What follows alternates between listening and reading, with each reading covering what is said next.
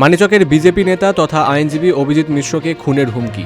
একেবারে বছরের শেষে হিন্দি ভাষায় পরিবারসহ মেরে ফেলার হুমকি দেওয়া হয় ফোন মারফত, সেও ভূতনির তৃণমূল নেতা নীরেন মাহাতোর নামে।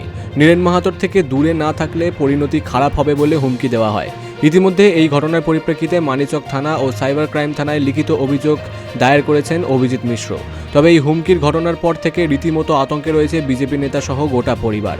মালদহের মানিকচক ব্লকের লালবাথানি এলাকার বাসিন্দা অভিজিৎ মিশ্র পেশায় আইনজীবী হওয়ার পাশাপাশি দীর্ঘদিন ধরে বিজেপি দলের সঙ্গে যুক্ত তিনি।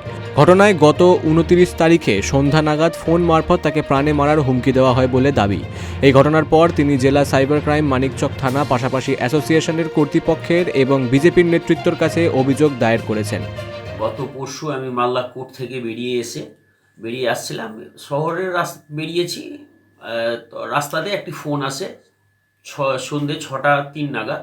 ফোনটা কেটে যায়, তারপরে আবার 6:04 নাগাদ ফোনটা আসে।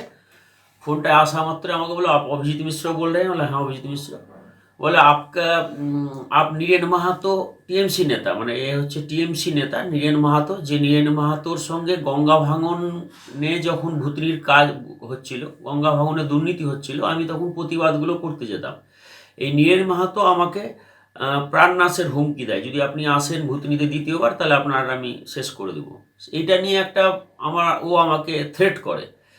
ঠিক এতদিন পর ওরই নাম করে যে নীরেন মাহাতো আপকা ফিল্ডিং গোছাকে রাখা হয়, মানে ফিল্ডিং করে রেখেছে আমাকে, আপনি বাল বাচ্চাওয়ালা আদমি আছেন, আপনাকে যে কোনো সময় আপনাকে ঘিরে আপনার ব্যবস্থা করা হয়ে যেতে পারে। থ্রেটিং মানে মার্ডার করার যে থ্রেটিংটা, এই থ্রেটিং একটা কল আমাকে করা হয়। সেই কলটা আমি তৎক্ষণাৎ চেষ্টা করেছিলাম একটু রেকর্ড করার জন্য, আমি অলরেডি রেকর্ডও করেছি। খুব আতঙ্কে আছি। এই গোটা ঘটনায় তৃণমূল নেতা নীরেন মাহাতোর দাবি প্রশাসন খতিয়ে দেখুক এবং যারা এই ঘটনার সঙ্গে যুক্ত তাদের বিরুদ্ধে ব্যবস্থা নিক। আগে আমাদের একটা বন্যার সময় কথা কাটাকাটি হয়েছিল, আমি সব দিনকে সম্মান দিয়ে চলতাম, সেই দিনে একটা কথা কাটাকাটি হয়েছে এবং শুনেছি মানে আপনাদের মাধ্যম দিয়েই আমাকে ডাকা হলো। কে বা কারা তাকে হুমকি দেওয়া হয়েছে আমার নাম দিয়ে। আমি ওখানে মানে কি যে আমি ওই সব কাজে নাই। এবার আমার গল্প হচ্ছে পুলিশ প্রশাসনকে বলবো এটা তদন্ত করে দেখুক, হ্যাঁ, কথাটা ফ্রেশ হয়ে যাবে। আমার একজন টিকেল মানে কি যে ইয়ে করে মানে কি যে ও ফায়দা মুনাফা নিতে চাইছে।